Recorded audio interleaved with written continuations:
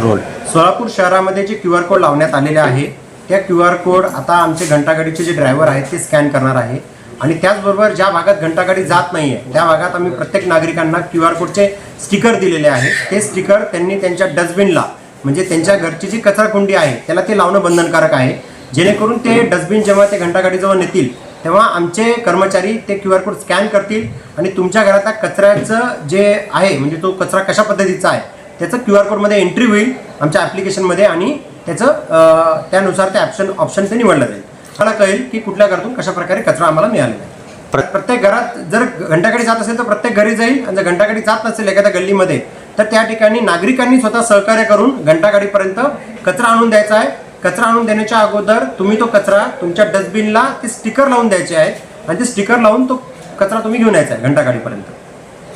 जे बारकोड दिलेले आहेत जर एखाद्या ठिकाणी जर बारकोड स्कॅन नाही झाला म्हणजे याचा अर्थ ती घंटागाडी त्या ठिकाणी गेली नाहीये